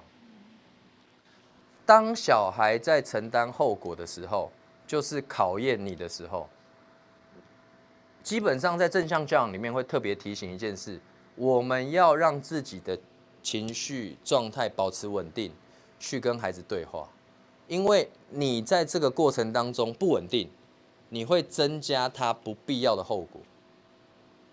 我们没有要增加不必要的后果，因为当你加压，那个结果就变了。例如说，很多大人就说：“我跟你说过多少次了。”我跟你讲，这句话超级有情绪，小孩听到也很有情绪。我小时候最讨厌听到的字就是“每次”，你每次都这样。我跟你讲，这个超级容易激怒对方，拜托不要，我们要调整一下，除非你想激怒对方了哈，那我就不知道了哈。其实很多的承担后果的过程，家长会不自觉的增加压力，那些都是不必要的，因为谁不舒服？他不舒服啊，他已经承受了。对不对？他已经在承受他行为的后果，那你讲那些话，对这件事情并没有什么帮助。好，这是自然的后果。好，逻辑的后果。有一年我带学生去彰化活动，从彰化我们走到南投，好，然后南投有一个微热山丘的总店，我们就从我们住的地方一个学校，然后目的地是要走到微热山丘。为什么走到微热山丘？因为走到那边呢，会有一颗凤梨酥跟一杯茶嘛。那个不是我的目的，我的目的只有走路了哈。茶跟凤梨酥只是多的结果而已哈。那出发前，这个小朋友，3年级，他跟我说：“老师，我不会口渴。”七月那么热的天气，然后我要走快20公里啊。他说：“我不会口渴，我不用带水。”因为为什么会跟他有这个对话？因为我们出发前会检查装备嘛，每个人都要准备好自己的装备才出发嘛。这个小孩就怎么样？你怎么跟他讲，他就是不带水。我讲了30分钟，我算够有耐心了，好好跟他讲各种可能的状况，分析给他听。他说：“老师，你相信我，绝对不会口渴。”好，那我跟你讲，很多大人在这个时候就受不了。最常出现的就是运用大人的权威，你不带你就不要去，对不对？很常听到吧？爸爸妈妈很常会跟小孩说，如果你怎么样，你就不能怎么样，对不对？因为那是你在展现你的 power 嘛，对不对？老师也会啊，希望孩子配合的时候，老师有时候也会运用一些权威啊。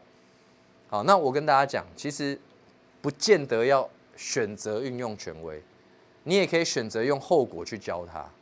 我就让他去啊，我们就出发，反正最后又不是我会渴，对不对？是他会渴啊，不是我会渴。好，我们就走。这小孩蛮厉害的。我们去到维热山丘的这个路段呢，10几公里哦，他没事哦。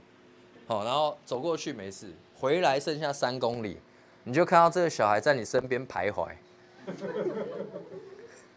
其实我心情跟你们一样，就是很愉悦，就是真的等，就是终于等到你，你知道吗？就那种感觉，我终于等到你，就我一直整路我都在等这一个。好，那重点来了，绝对不能露出你的心情，懂吗？一定要，这时候才是你演技展现的时候，绝对不要让他知道你很开心。真的，这很重要，我不是开玩笑，是真的很重要。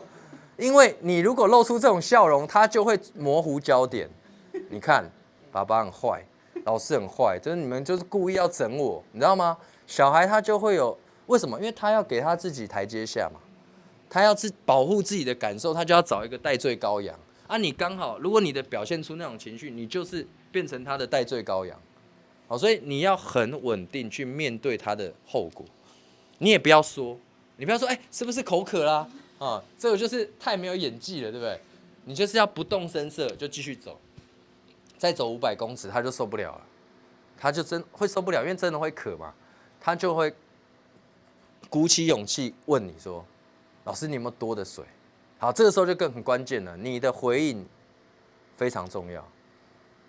有些家长说：“哎呦，很热情，赶快准备了很久，本来就是要给你的，对不对？”这种我不会选择这样啊，我基本上就是会让他知道我没有，即便我有，我也会说我没有。我会说我没有的原因呢，是因为我如果当下立刻给他，我前面那30分钟我就浪费时间了。我已经跟他讲了各种可能性，我说每个人都要准备自己的，我也不会多，我也没有多。我如果现在给他，就代表我打脸我自己嘛。其实我本来就有预备嘛。虽然很多孩子都知道我们会预备，因为有时候我是爬山不可能，有些水源的问题，那你真的要准备好。好，所以回到他的身上，我就跟他说没有。我说老师手上这一瓶就剩下一点点，我最后2公里我要喝啊。好，所以你要很沉稳哦，建议大家要练习。就是你可以试着稍微压低一点频率，你就跟他说，为什么老师花这么多时间，刚刚前面跟你讲，就是因为真的会口渴。好，讲到这里就好了，不要再无限延伸，我们就把那个后果、因果关系连起来，就不要再多了。好，最后你再加一句，那我们现在可以来想办法。你没有放弃他，我跟他讲哦，大人的工作是什么？陪他承担后果。不是丢他一个人承担后果，你懂吗？我跟他讲说，我没有办法给你，但是我们可以来想办法解决这个问题。所以这个是很重要的一句话，不是变成如果你说我给你，那就破坏一开始的因果关系了。好，那怎么想办法呢？就是有技巧啦，因为我带小孩出去，我不能虐待小孩，因为那个跟身体健康跟安全有关，我一定要想办法让他喝到水，但我不能给他。我就要趁他不注意的时候，把我背包里面的水拿给一个看起来很有爱心的大哥哥。我就跟那大哥说：“我跟学长说，你等一下就拿着这一瓶水去学弟前面打开来，用力的喝。我跟你讲，他会跟你要水。如果他跟你要，你整罐就给他。老师还有，我再给你。好，这是什么概念？就是你促进了人与人之间美好的连结。还有当你生命当中遇到那一种瓶颈，遇到那一种无助、绝望的时候，有一个天使出现，这就是一个不在预期之内的事情啊，对不对？所以他既喝到水，但他也没有破坏一开始的因果关系，因为他已经口渴了很长一段时间，他就会知道，原来出来活动一定要带水，老师没有骗我。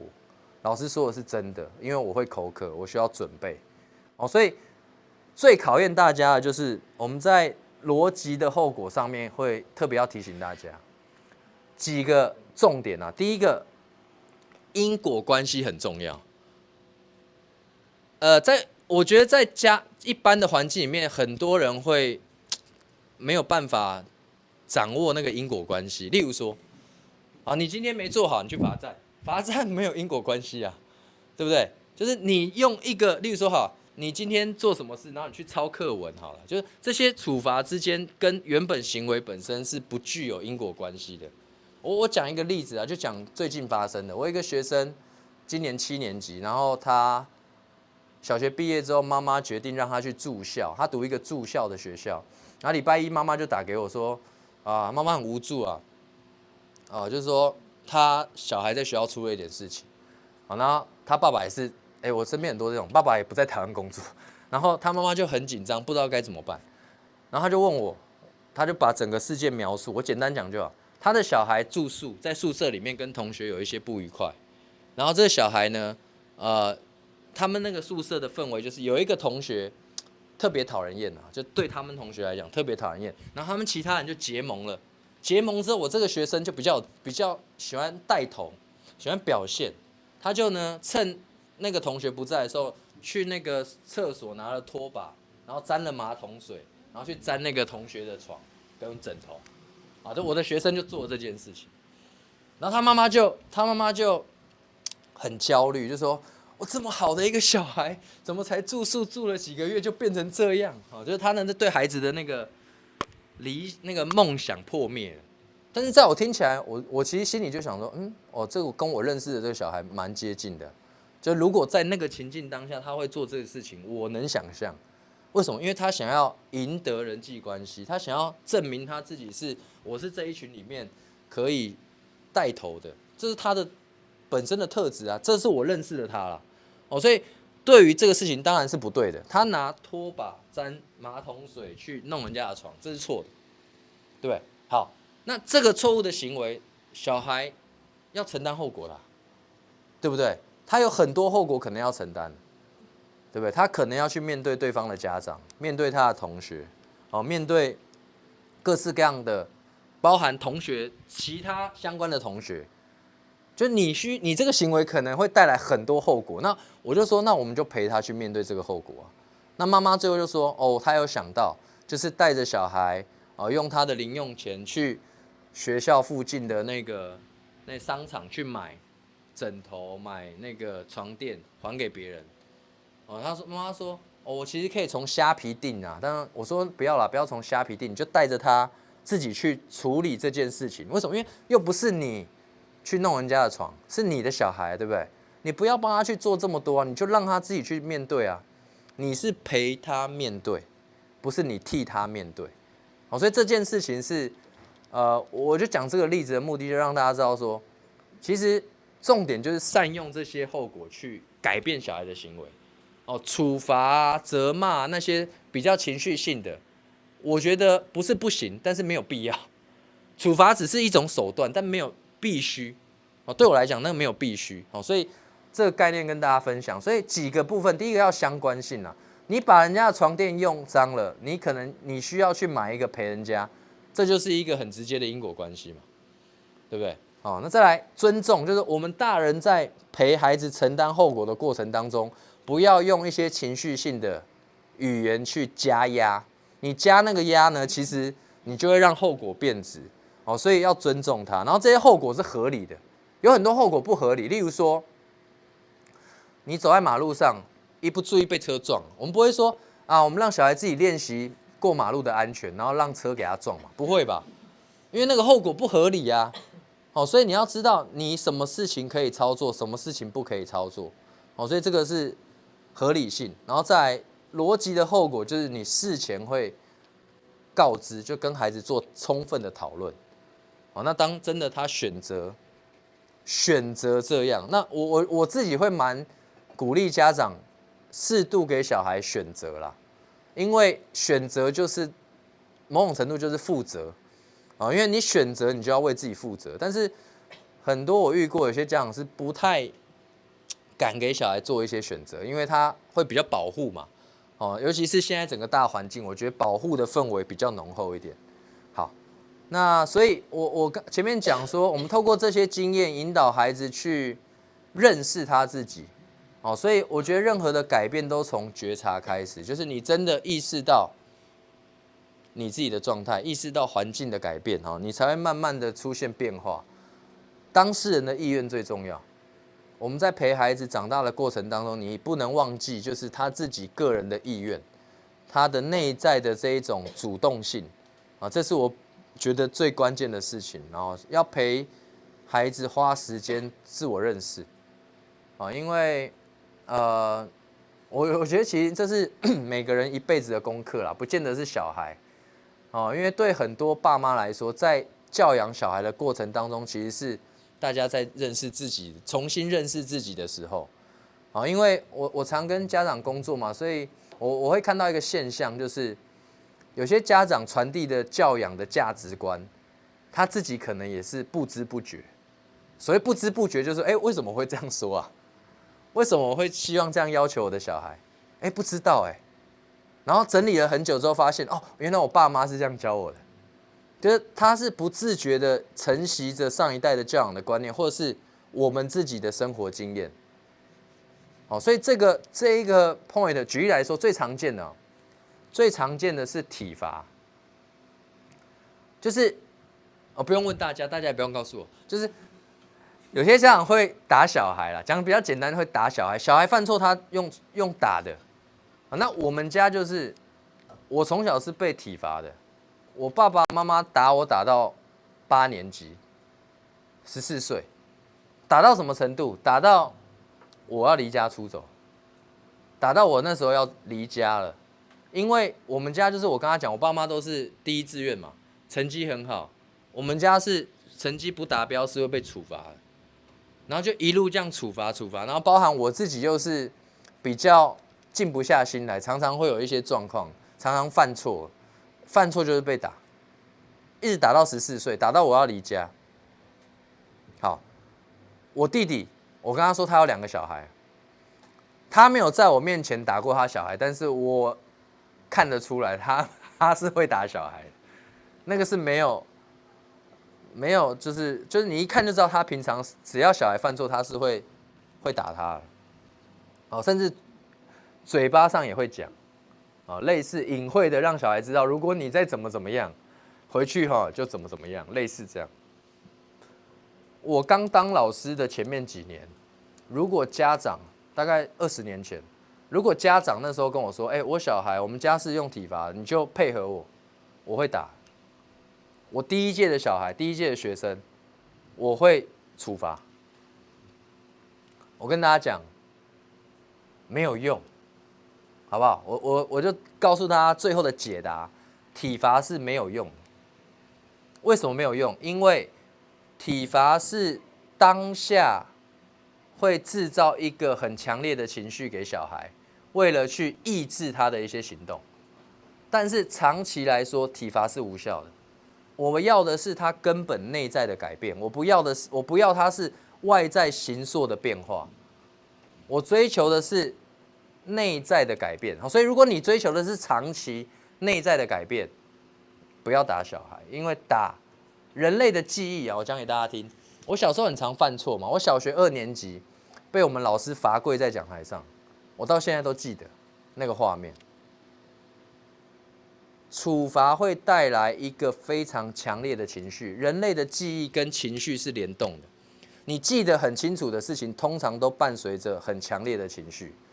所以，当你想，我们刚刚的机制是，那个机制就是，你如果孩子犯错之后，你处罚他，你还有机会跟他好好讨论嘛？你有办法引导他觉察，引导他根本没有，因为你跟他站在你跟他关系是非常远的，你是一种很有敬畏感的。好，所以我已经试过了，不要这样做，因为那真的没有效。好，因为只会带来很多副作用。我第一届的学生，我现在都有联络，他们看到我都会立正，真的。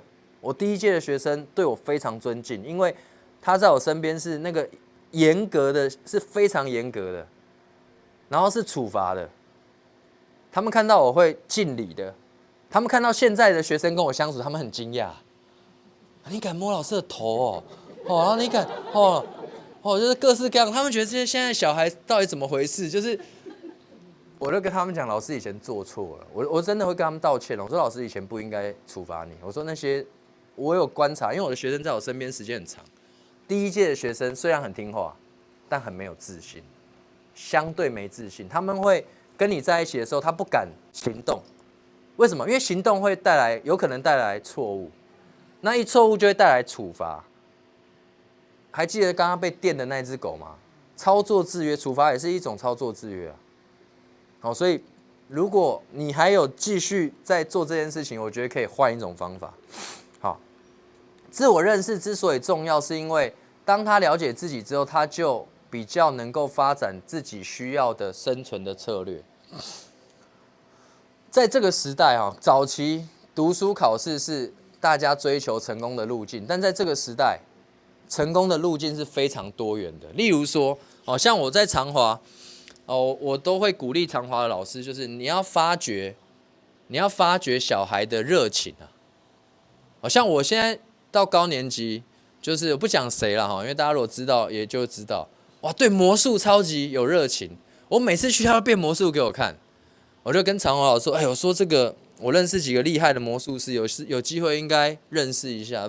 哇，每次我去教室，他都变一个魔术给我看，每次，就是那种你看他做这件事情，眼睛会发光，所以其实成功的路径很多元。我们希望孩子真的找到他生命的热情，因为他做这件事情，他才会乐此不疲嘛，而不是被你推着走。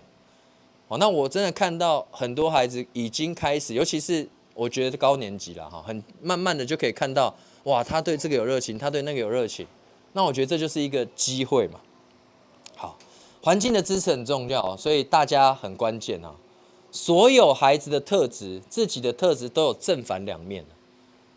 同一个特质，它可能有正面的影响，它可能有负面的影响。我举例来说，我有很多的个案是所谓医学诊断叫做注意力不足过动症，但是我的书里面我访谈了超过50个成年人，他们是各个领域很专业的专业人员，他一样是过动症，但他可以有他的专业。最重要的第一个就是热情。为什么？因为过动特质的人，他不是不能专心，他在他有兴趣的领域，他是非常专心，他专心到其他生活其他的事情他都没有专注力，就是这样。我们叫过度专注的特质。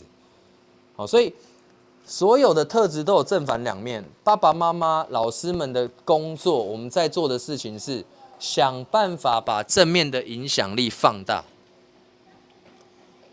我举例来说，我的个案里面有很多是专业运动员，他就是职业运动员啊，他没有那个过动，没有那个冲动，他怎么变那么厉害？他就是善用那个冲动，善用那个过动，在他的专业领域。我有一个好朋友，他是专门爬8000公尺以上高山，他的名字叫做吕宗翰，外号叫阿果，是无氧登山的。他从小就是这样啊，他那个精力旺盛，那个体能就是非常厉害。那你只要选择对的环境，找到你的热情，成功的路径是很多元的。但是我跟他讲，但是它有正面的影响，它同时有负面的影响。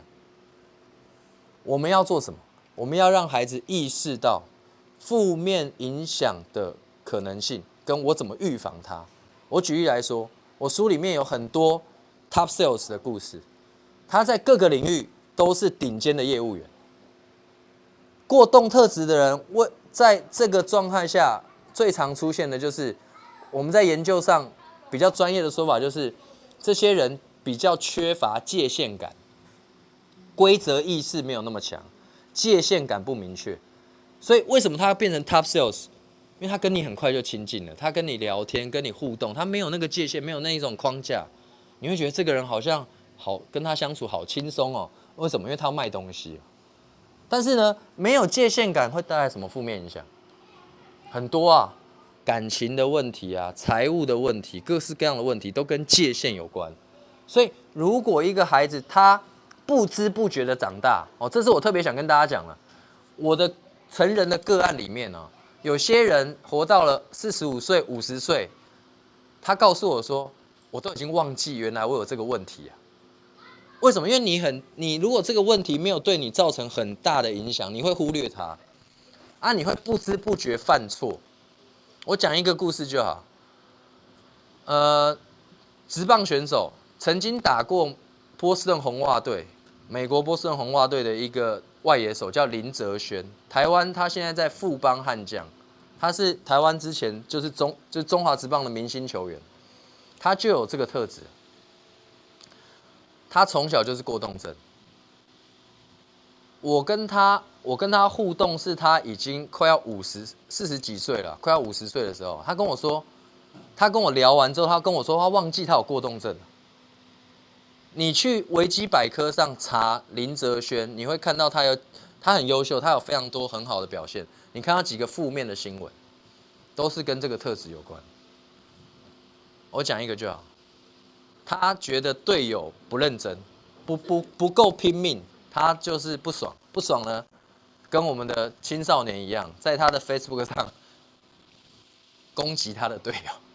他写了几行，很隐晦，他很隐晦的写，哦，就是用很隐晦的方式去刺激，就是说我觉得你不够认真，然后这个就被媒体炒得很凶。为什么？因为他是明星球员啊，他就是 top 的顶尖的球员，然后他的这个行为引起他很大的风波，媒体就一直追着他，一直追着他，哦，这件事情处理好久。我跟你讲，这就叫冲动，这就是冲动特质带来的影响。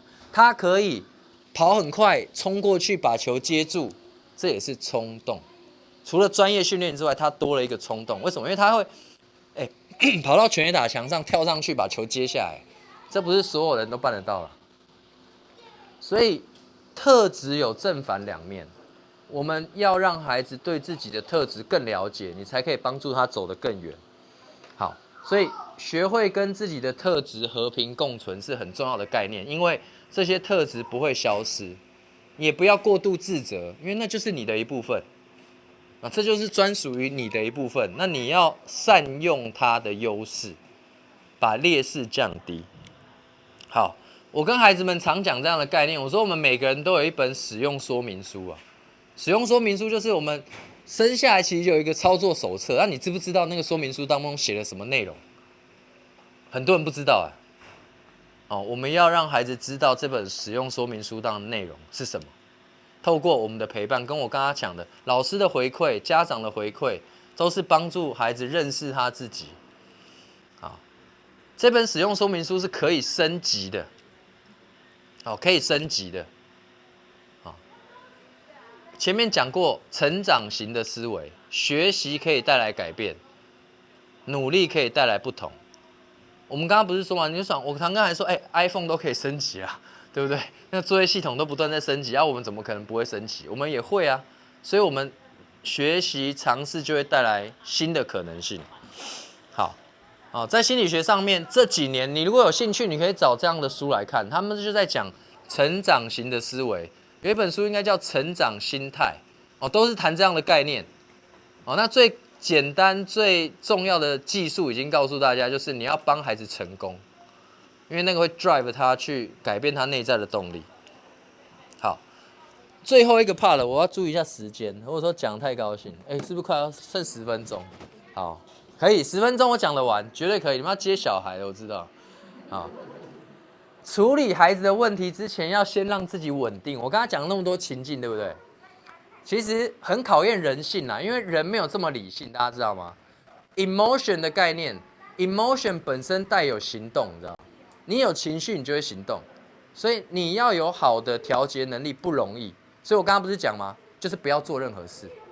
你就是不要说任何话，不要做任何事。当你有那个情绪触发之后，给自己一点缓冲的时间。好，我有一本书专门在谈情绪，这是5年前出的，这是今年再版，还没有上市，应该快上市。就是在讲 SEL， 就是社会与情绪学习。哦，这是我其中一本书。讲一下里面的重点。哦，其实就讲的是这5个面向：自我觉知、自我管理、社会觉察觉知啊、关系技巧跟负责任的决策。这一套课程在新加坡是必修课。我觉得这是所有人的必修课。我在我的场域里面会有意识的透过活动去训练孩子这些目标。包含自我认识，包含情绪的管理、压力的管理，包含人际的觉知，别人怎么想，理解别人的感受，我能够有好的 skill 去建立关系、维持关系、面对冲突，甚至领导其实都在这个区块。然后你在做任何的决策的时候，你要去考虑更多的面向，不是只站在自己的立场。所以这一套我觉得是台湾这2年已经有很多公立学校开始推。我写这本书的是5年前了。好，基本上就是这几个面向。好，对于情绪来说，大家我们就讲结论就好了，因为时间的关系，我们讲结论。第一个，情绪受情境的影响，同一个刺激在不同的情境会带来不同的情绪。第二个，情绪会持续累积，所以你要适时的调节跟抒发你的情绪，因为你没有做这件事情，你就会无限的累积，然后你就爆掉。第三个，情绪会互相传来传去。今天你对小孩有情绪，我跟你讲，他会感受到，他有可能会回来。而且如果是小学应该不至于啦，但中学我相信很多都会，就是你来我往嘛，对不对？好，所以你要知道情绪的特性，就可以帮助你比较好的去因应你自己的情绪跟孩子的情绪。有几张照片我不看了，因为来不及。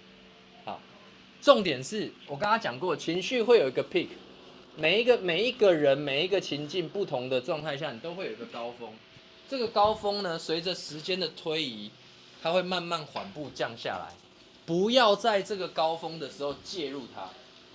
你想要处理小孩的状况，你不要在这个 timing， 这个 timing 是最差的 timing， 你就会跟他有很大的冲突。你要给他一点时间，包含他很难过，你也不要一直去打扰他。我有时候处理有些孩子拒学啊，或者他忧郁，他爸爸妈妈每隔10分钟传一个讯息给他，我说拜托不要。我说他会受不了，已经够烦了，你一直，可是我跟你讲，爸妈很难啊。你要同理爸妈的担心，爸妈就真的就是无时无刻都想着他，想要帮他，爸妈也要帮他。我的工作是帮他踩刹车。我说你就先不要传讯息，你只要提醒，中午关心一下，吃饭时间关心一下，晚餐的时候关心一下，给他一点时间调整他自己，因为他会有一个周期。好，所以请记得这句话，留时间，留给情绪时间了，留给你自己，也留给别人。就是当你有情绪，当你被触动，你就不要急着行动。孩子也是一样，他也会需要时间整理。好，刚刚讲过，改变从觉察开始。如果你今天想要变得更稳定，更有稳定的情绪去面对你小孩，你就要开始去练习觉察跟整理你的面对情境、面对经验的感受。这是我跟我学生的功课。我很常会分享一些我觉得可以 open 的一些整理，所以我又用脸书写日记，所以有些家长可能知道，他看过我的脸书，就我的名字啊，你打就会看到。我基本上就是我对什么事情我有一些整理，我就会能分享的我就分享出来。像我刚刚跟大家讲我的跟孩子的那一段谈话，去协助他看到不同的自己。我今天早上应该有写，就是我会很习惯的做这件事情。对于我自己来说，我生命当中我遇到我跟我的学生的互动，跟家长的互动，处理一些冲突的情境，我都会去整理，因为这对我来说是一个很基本的练习。好，我们要练习，我们刚刚讲情绪的稳定，我们讲正向教养，其实最重要的就是我们要有品质的陪伴孩子，不要轻忽大家一句话的威力。我去年来帮长华老师们上课的时候，我跟大家讲了一个概念，我说，你今天走进教室里面，嘿，校长，打扰一下，因为等一下有足球。好，马上。老师们要来拿旗。好，打扰，谢谢。就是我跟老师们分享一个概念，我说你们今天走进教室你把你手机的录音打开，你走进去工作半天，晚上回家睡觉前打开来听一下，你今天怎么跟孩子说话？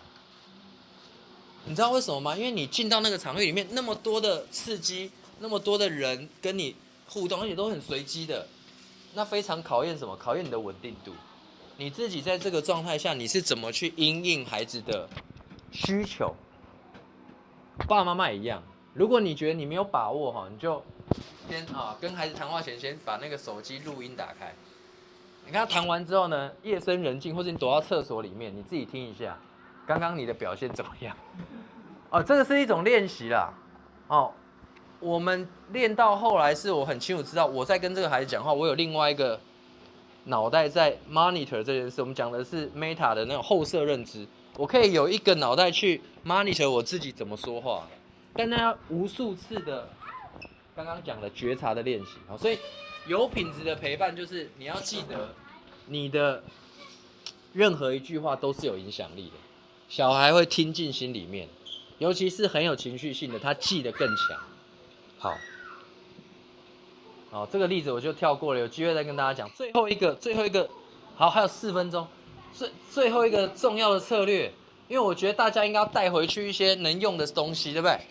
除了我们能够有稳定的情绪，能够善用那个后果来改变孩子的行为。最后分享一个，我觉得这蛮实务的，就是心理工作者专业的秘籍。我都会分享给我学生，因为我说你可以改变你爸妈，所以你可以多学一招，你怎么改变你爸妈？我就这告诉大家，它叫做动机式晤谈。什么是动机式晤谈？基本上就是我希望当事人去改变他的决定的一个策略。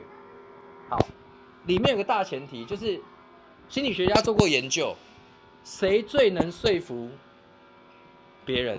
其实没有人很容易可以说服别人，最能够说服别人的呢，就是那个人自己。换句话说，谁能够说服你，就是你自己。所以我们遇到很多的生活情境，我们要改变我们自己的认知，其实不是靠别人告诉我讲什么，是我自己考虑过，我接收这些资讯，我考虑过后，我做出了一个决定。那个人是你自己。好，所以动机式晤谈的策略就是我们要让小孩去说服他自己。如果你想要改变你小孩的行为，好，我跳过这个有点复杂。好，动机式晤谈，简单讲就是第一个策略，你要不断的提出一些开放式的问题。你不是告诉他道理，你是透过引导，透过问题去让他重新思考。他可以重新想一想，原来有这个面向我不知道，原来有这个面向，他得到了更多的思考的机会。所以动机式晤谈的第一个策略就是你跟孩子的对话里面，你不是在告诉他，不是在说教，你是提出各种可能性，让他重新思考他面对的情境，这叫做提出开放的问题。第二个，反应式的倾听。反应式的倾听的概念是，你提出问题，他一定会回答你嘛？他回答你，他跟你说话的时候，你要有回应。你的回应不是价值观的传递，你的回应是什么？让他继续能说更多。你不要立刻导出一个价值观说，这个比较好，那个比较好，不是。你要开放性的让他继续多说一点，这叫做反应式的倾听。但是你要回应，最常见就点头也是啊。我知道，你说了什么，重述一次也可以。他说了什么，你就重述一次。这个就是反应式的倾听。第三个，你在这个互动的历程当中，你要有能力去评估，这个小孩他现在面对这个情境，他能不能改变他原本的决定跟想法？这改变的可能性有多高？决定了你后面你需不需要再重新再来，或花更多的时间，或是从别的角度影响他的认知。所以我们讲教养很多时候都是价值观的沟通嘛，是价值观的传递嘛，所以价值观的传递的策略就是我们怎么样引导小孩思考。我刚才前面讲，大前提是每个人都想要好，每个人都想要变好，每个人都想要把事情做好，这是一个共通的大前提。那我怎么样透过我们提出很多问题，是因为我们有经验，我们有遭遇过一些问题，小孩的经验没有那么多。你透过这个例子，他可以重新再想一想，而不是你直接告诉他这个不好。因为人很防卫，有人告诉你一个道理的时候，通常我们会先防卫机制会出现。你说我不好，我防卫机制那个强足的更高。所以最常用，你可以想想看，我怎么样跟孩子讨论手机网络使用的问题。透过动机式的晤谈去改变他对这个看法。我会提供很多线索给小孩。例如说像今年纽约时报评选最畅销的一本书叫《焦虑世代》，他就在讲手机网络的使用。我不会跟孩子说我觉得你用太多，我就分享一些网络上的说书人的短影音给他看，为什么人家会对这个事情会提出提醒。美国的经验现在是什么？我不直接告诉他你用太多，因为我觉得你这样讲就会让他筑起那个防卫的机制嘛。你就从别的方式，透过提出开放式的问题去跟他对话。OK， 我想时间差不多了，还有很多可以讲完的没讲完。这本书不是我写的，但是蛮棒，它有英文，叫做“你怎么说孩子才会听”，然后怎么听孩子才愿意说。就是他是一个美国的一个教授写的，但我觉得他写的很浅显，而且很实用，有很多回应孩子说话的方式。这是我几年前去美国的时候看到原文，然后后来台湾出了中文，我觉得蛮好的一本书，就是可以帮助大家。我们讲嘛，第一个层次，在经验过后，我们可以跟孩子对话，这是很实用的一些技巧。好，我想今天就停在这。我想，如果大家未来有机会，我相信有很多互动的可能性。谢谢大家，谢谢。